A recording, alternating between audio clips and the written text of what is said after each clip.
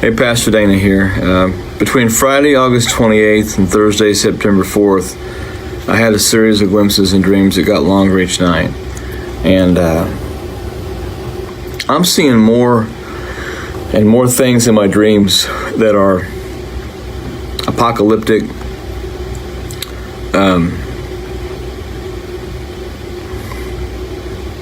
frightening.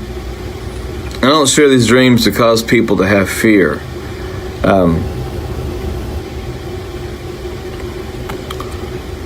But I saw the calendar of December, and I saw a finger underlined slowly and like it was pushing, slowly and forcefully under the name December. Flipped over to January and then underlined it just as slow and was pushing. First thing I saw was long food lines. I saw people waiting for what seemed like hours. And they were standing in line and not in cars. And I saw this throughout the nation. I saw ships in ports on both the east and the west coast. They were just sitting idle. There was nothing moving at sea. Nothing. And I saw a headline that said, "The Baltic Dry Index is dead." It said that nothing was moving in trade around the world. And one thing I noted, there were no Christmas lights. This was December. There were no holiday displays. There were no sales mentioned.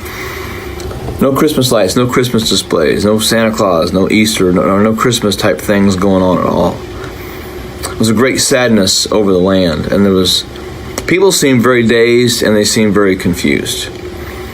But there were Christians who stood out because they had faith, they had hope in Christ. And they looked like burning charcoal. And they were carrying torches wherever they went.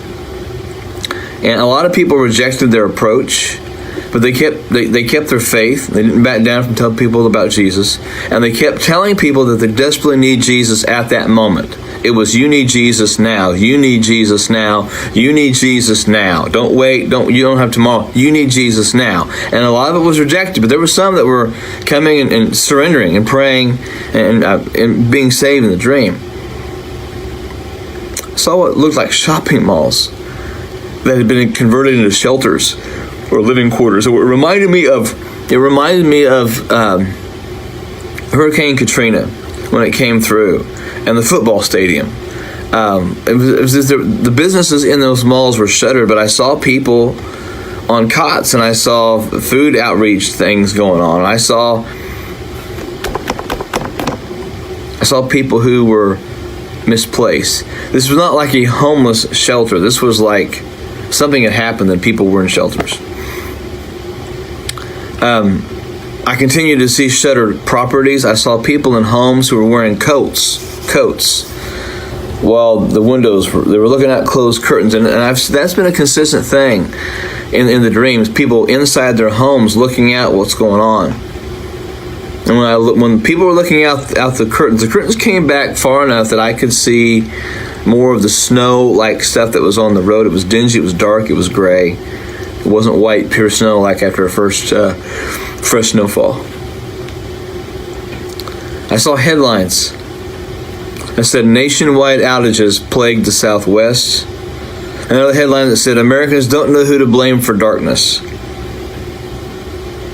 And some of the darkness in the areas is stretched into Canada. It was north. It wasn't everywhere, but I saw America as lights flickering.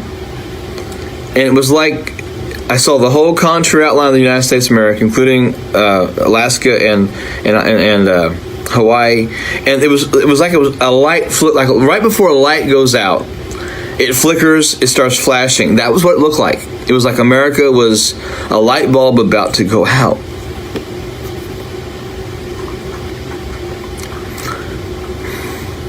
I saw vultures with food hanging out of their mouth. These vultures were heavy. A word I don't like to use is the word fat, but these vultures were fat. And they had rotting food hanging out of their mouths.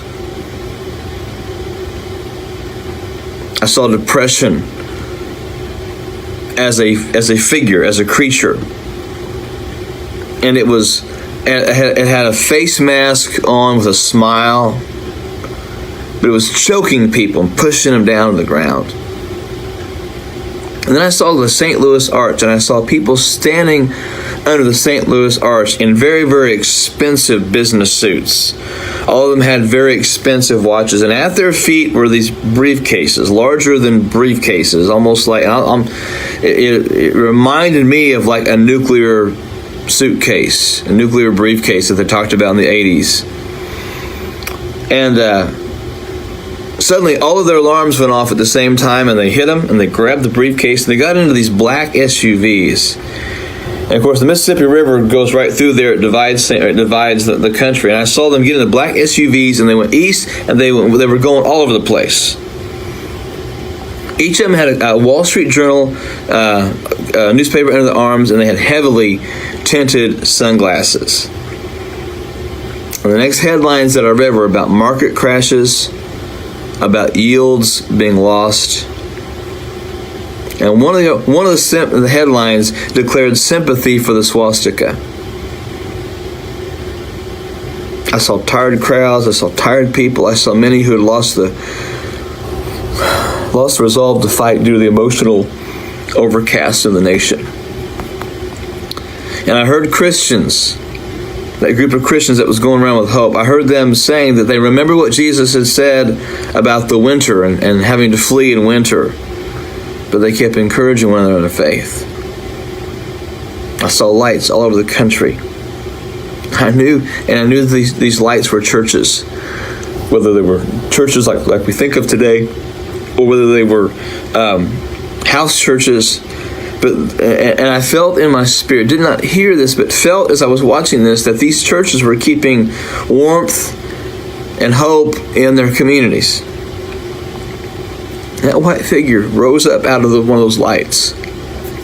And he said, brace yourself, brace yourself on the word and my promises, and do not rely on your own strength.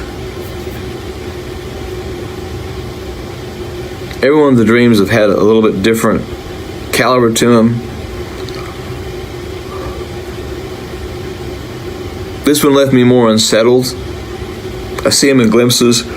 It's like a movie trailer. See a little bit one night, a little bit more the next night. More details are added. But the scenes of people in the shelters, the food lines, the Baltic Dry Index being dead really, really, really stood out to me. And those things are heavy in my mind. And I'm not going to try to interpret these dreams. I feel that as a watchman, I'm just supposed to share them. I think some of what's going to happen is obvious. I'm continuing to see more and more of the things that I have seen in dreams are happening and coming to pass. I'm not trying to justify what I'm saying or my dreams. I just believe the Lord showing me things to warn the church. And look, if you're not prepared, if you don't have some of the food and things like that, you might be in trouble with that. The first video I talked about, this was my own personal opinion. I talked about getting guns and ammunition. That wasn't to go all Rambo like on people. It was to be able to shoot animals or for food. And now, if you try to find a gun today, you're gonna have a hard time getting a gun, unless you have friends or family you can buy something from. Ammunition is hard to find. Some of the companies that sell storable food, they're now 5 to 8 weeks until you can get it. And there's some companies that have stopped selling these things. And folks, you don't have to be a dreamer or a genius or have insider trading understanding to realize that we're in trouble. And God's been trying to wake the church up to get things ready and to listen. The health and wealth gospel is about to meet a reality in our country. And all those prophets that are saying, oh, there's nothing but good, nothing but good, nothing but good, you're going to stand before God one of these days, those folks are. They're going to have to answer. Just like I'm going to have to stand before God and answer for what I'm doing with these dreams. I'm not trying to make money off this stuff. I'm not trying to make a form. A friend of mine put another Facebook page together for me that I've not even looked at. You know why? Because people are having trouble finding the dreams in those situations. My Facebook page has exploded. I can't even get through my own Facebook page on a daily basis. He also set up an Instagram account because so many people are trying to make contact with me through Instagram. I don't have an account. And we're trying to get the messages out, and that's the reason for this. It's not about me getting a big head, because I still pastor my church. I still live in the same house. I still drive the same car. I'm not making major changes because of all this stuff with the dreams, but I am trying to warn the church. Things are coming. And pastors and prophets, you're telling your people it's going to be okay. I fear for you. I fear for you.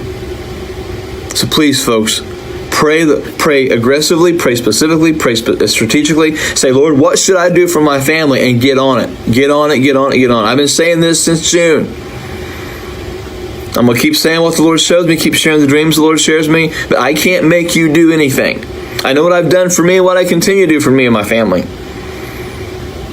Folks, don't ignore the warnings. That's all I'm going to say.